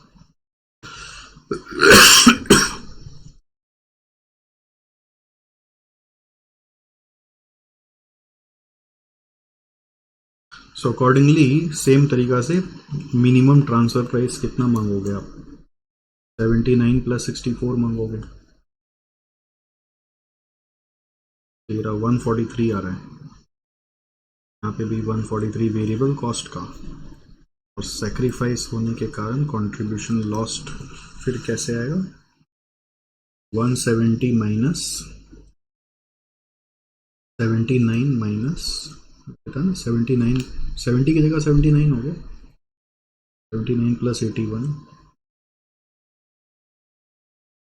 15 तो 60, तो 10 रुपये आ रहा है।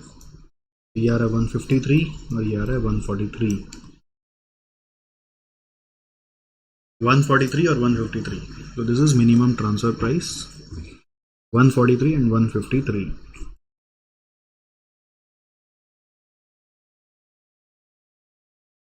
ठीक है, this is your minimum transfer price 143 and 153।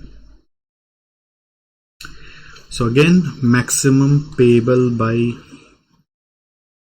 Division P, उसको तो बाजार से 135 में मिल रहा है, तो वो आपको ये देगा ही नहीं, दोनों ही नॉट वायबल हो गया। So that means that if transfer price is 79, no transfer will take place. No transfer will take place. So ultimately conclusion क्या हुआ? Ultimately what is the final conclusion?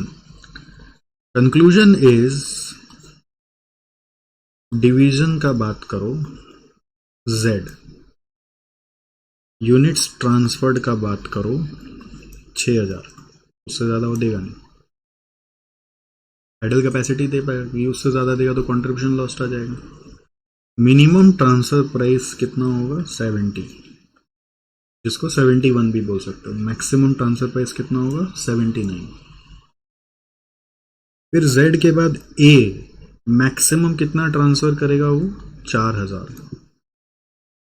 ठीक है, मिनिमम ट्रांसफर प्राइस उस समय 134 है और ये 135 है। और ये 134 कैसे आया? Provided Z transfers at 70 rupees. अगर Z ने 79 पे ट्रांसफर किया तो वायबल ही नहीं। Z ने 79 पे ट्रांसफर किया तो वायबल ही नहीं। मैंने समझा दिया है, आपको कम से कम 2 बार और करना पड़ेगा अगर नहीं समझ में आया तो। Rewind and replay. ठीक है, थोड़ा ध्यान देना होगा, छटपटाने से नहीं होगा। ठीक है, नेगोशिएशन बेस्ड ट्रांसफर प्राइसिंग है, ओल्ड सिलेबस का क्वेश्चन है, और बस एक बार सिचुएशन बैठ गया ना दिमाग में, हो जाएगा आपका। ज्यादा बार बार एक्सप्लेन करके लंबा नहीं कर रहे हैं, बस सिचुएशन दिमाग में बैठ गया तो हो जाएगा। और बहुत क्लियर मैंने प्रेजेंटेशन किया है। Z बाजार से ही खरीदता है और एक्सटर्नल बेचता है या फिर A को देता है। करेक्ट, एक्सटर्नल बेचता है या A को देता है। थोड़ा समराइज करके बता देते हैं। तो Z जब बाजार में बेचेगा तो पहले बाजार में कमाने का सोचेगा और बाद में वो ट्रांसफर करेगा, क्योंकि वो ट्रांसफर प्राइस का श्योरिटी नहीं है तो अपना इनकम क्यों लूज करेगा वो। ठीक है, इसलिए वो ट्रांसफर करेगा। उसमें मिनिमम ट्रांसफर प्राइस 70 हो सकता है, मैक्सिमम 95 मान सकता है, बट सामने वाला 79 से ज़्यादा देगा नहीं, तो ट्रांसफर प्राइस 70 to 79 है, जिसमें ₹1 मोटिवेशन के लिए देना है तो दे सकते हैं, बट 70 to 79 ठीक है। क्योंकि वो अगर एक्सटर्नल सेल सेक्रीफाइस करेगा ना Z, तो ₹25 कंट्रीब्यूशन जोड़ेगा, तो ₹25 कंट्रीब्यूशन जोड़ते ही वो 95 हो गया, और 95 कोई दीवार नहीं है, तो इसलिए वो आइडल कैपेसिटी ही ट्रांसफर करेगा। सेकेंड केस में अगर A बाजार से खरीद के P को देगा तो वो अफोर्डेबल ही नहीं है, उसमें variable cost per unit of transfer 143 और पी दे सकता है 135, तो 143 से 135 का कोई वैल्यू नहीं, ये कोई यूज़ नहीं है इसका, ये नहीं भी दिखाते तो चल जाता, तो कोई यूज़ नहीं है। 143 टू 135 रेंज आया तो ये वायबल ही नहीं है। अब ए के पास अगर Z से आया है तो 6000 आया है, उस 6000 को प्रोसेस करेगा तो उसके पास आइडल कैपेसिटी 4 का और 2 एक्सटर्नल सेल वो कर सकता है। एक्सटर्नल सेल करके वो कुछ कमा सकता है, तो सेक्रीफाइस को अलग से इवैल्यूएट करो और आइडल को अलग से इवैल्यूएट करो। Z से कितना में आएगा वो क्लियर नहीं है, ट्रांसफर प्राइस फिक्स नहीं है, तो 70 में आएगा तो वायबल आ जाता है सब, और 79 में आएगा तो वायबल नहीं आ रहा। बीच में कौन सा पे आएगा ये मालूम नहीं, तो उसके हिसाब से कैलकुलेशन किया जाएगा। ठीक है, I hope the idea is clear. Summarise करके समझा दिया। अब सिचुएशन अगर आपके दिमाग में एक बार क्वेश्चन पढ़ के आप ड्रॉ कर पाते हो तो आपसे सम हो जाएगा। सिचुएशन ड्रॉ हो गया तो वैल्यू भर जाएगी, that's not a problem. Okay guys, आइए बाकी सब क्वेश्चन रिपीट है। एक लास्ट क्वेश्चन 12 नंबर, ये भी बहुत आसान सा क्वेश्चन है, तो कैलकुलेटर में हो जाएगा, कोशिश करो, थोड़ा तो कॉन्फिडेंस आएगा ना। चलो, ये लर्निंग कर्व से जुड़ा हुआ है, एक्चुअली प्राइसिंग डिसीजन के अंदर ही लर्निंग कर्व आता है। तो यहाँ पे 4 आइडेंटिकल पीसेस बनाना है हम लोग को, उसका ऑर्डर मिला है, और फर्स्ट यूनिट का आपको कॉस्ट स्ट्रक्चर बताया हुआ है, 90% लर्निंग कर्व है, और 1 labourer works for 1 customer order. तो इसका मतलब वही वर्कर आपका एक कस्टमर का पूरा 4 यूनिट बनाएगा तो उसके पास लर्निंग एक्सपीरियंस आएगा। बोले प्राइस कितना कोट करें अगर कंट्रीब्यूशन हमें 1500 चाहिए, तो बहुत इजी है। पार्ट 1 में यूनिट्स हमारा है 1, तो उसका टाइम पर यूनिट आ रहा है 20। तो लर्निंग इफेक्ट आने के लिए 1 का डबल, फिर डबल 4, तो ये आ रहा है 90% 18, उसका 90% 16.2 है क्या, 18 का 90% 16.2।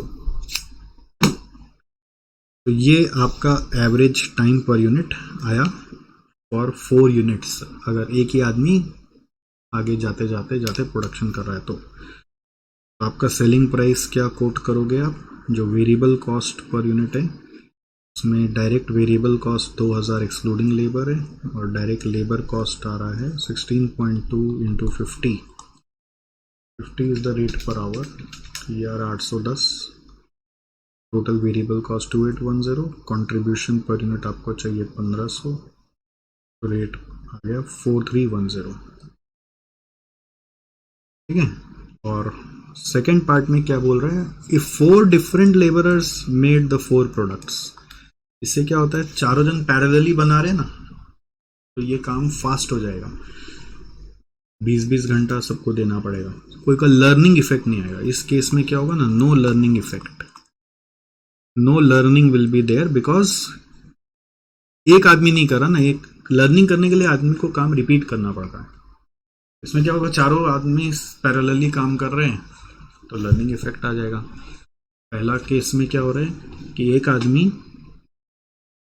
आदमी पहला बनाएगा, फिर दूसरा बनाएगा, फिर तीसरा बनाएगा, फिर चौथा बनाएगा। तो बेसिकली क्या होता है ना, इसमें ऐसा एक क्वेश्चन भी आया हुआ है, 4 इंटू 16.2 टोटल आवर्स कितना आ रहा है, जैसे 4 इंटू 16.2 करने से आ रहा है 64.8 आवर्स टोटल में। तो ये 64.8 आवर्स आदमी काम करेगा तब प्रोजेक्ट खत्म होगा, मतलब project will be started at 0 hour but completed at 64.8 hours. दिन में 8 घंटा करके ड्यूटी चलती है तो डिवाइड बाई 8 करने से मान लो 8-9 दिन लग जाएंगे। दिन में 8 घंटा करके ड्यूटी चलती है तो 8 से 9 दिन का काम है।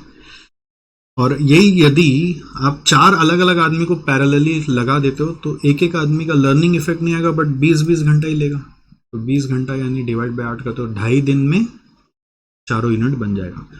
जल्दी करने का कॉस्ट बढ़ जाता है, बहुत बार कॉस्ट क्या बढ़ जाता है, ये बढ़ जाता है। पार्ट 2 में आपका आ रहा है यूनिट्स। अब नो लर्निंग इफेक्ट, बेसिकली आप ऐसे कमेंट कर दोगे तो there will be no learning effect. यहाँ पे बोल रहे 4 different labourers made 4 different product to ensure faster delivery. Faster delivery कैसे होगा मैंने समझाया ना आपको, क्योंकि चारों आदमी एक साथ बनाएंगे चारों आदमी एक साथ एक एक यूनिट बनाएंगे तो सब कोई पैरेलली काम करेगा, तो ये 20 ये 20 ये 20 ये 20 लेगा, तो टोटल आपका जो टाइम है T0 से T20 पे आपका सारा यूनिट्स बन जाएगा। ठीक है, ये इसका मतलब है।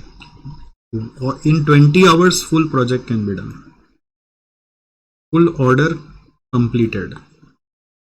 ठीक है, 20 आवर्स, बट हर आदमी को 20-20 घंटे का पेमेंट करना पड़ेगा। और यहां पे क्या हो रहा है, प्रोजेक्ट विल बी कंप्लीटेड या order will be completed in 64.8 hours. There will be no learning effect. Can the price at 1 be quoted? No, price नहीं होगा। न्यू प्राइस क्या होगा उस समय, तो old price can't be quoted. Old मतलब price of part 1 can't be quoted, क्योंकि उसमें एक आदमी काम कर रहा है, इसमें आपका अलग अलग आदमी काम कर रहा है। इसका रिवाइज्ड प्राइस पूछा नहीं है, बट रिवाइज्ड प्राइस मैं आपको बता देता हूँ। वो आपका जो वेरिएबल कॉस्ट यहाँ पे दिया हुआ वही रहेगा। ठीक है, वेरिएबल कॉस्ट विल बी, जो डायरेक्ट वेरिएबल कॉस्ट है 2000, डायरेक्ट लेबर कॉस्ट है वो 1000, 3000 पूरा आएगा। कंट्रीब्यूशन पर यूनिट आएगा 1500, ये 4500 आ जाएगा सेलिंग प्राइस। 3000 प्लस 1500।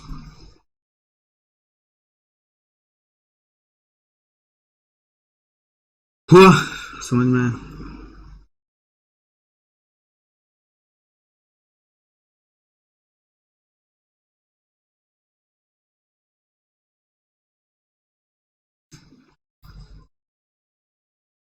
करने से आता है। देखो, मैंने एक नया मॉडल बनाया है, ये आप लोगों को बता देते हैं। मॉडल का नाम है SGG। बच्चों को मोटिवेट करने के लिए कि जब तक खुद से करोगे नहीं तब तक सम्स होगा नहीं। तो SGG मॉडल कहता है, स्टार्ट करो, गलत करो, गंदा करो और करते जाओ, डरो नहीं। नो फियर मॉडल है SGG। गलत करो, गंदा करो। गलत और गंदा के डर से आप स्टार्ट नहीं करते हो, विच इज रॉन्ग। मैं बोल रहा हूँ स्टार्ट करो, गलत करो, गंदा करो। ओवर द टाइम्स जैसे जैसे पढ़ते हो, हर चैप्टर में कुछ कुछ SGG करते चलोगे, तो by the end of the course बहुत चीज आ जाता है, क्योंकि आपका डर खत्म हो जाता है। प्रॉब्लम क्या, आपको लगता है नहीं नहीं मेरा गलत हो जाए इसलिए हम करेंगे नहीं, नहीं नहीं मेरा गंदा हो जाए इसलिए हम करेंगे नहीं। ये दो जो डर है यही आपको होल्ड करके रखेगा। आपको आगे बढ़ना है तो SGG फॉलो करना पड़ेगा। गलत से मत डरो, गलत करोगे तो ठोकर खाओगे, ठोकर खाओगे फिर आंसर चेक करोगे तो और ज़्यादा जल्दी सीखोगे। ठीक है, तब डिमोटिवेट नहीं होना चाहिए, हाय रे मेरे से कुछ हो ही नहीं रहा, ऐसा नहीं। उसमें ये सोचना चाहिए चल सीख गया, चल सीख गया। Alright, I hope it was useful and बताइएगा कमेंट में पूरा देखा हो तो ही बता दीजिएगा। चलिए बाय बाय, टेक केयर।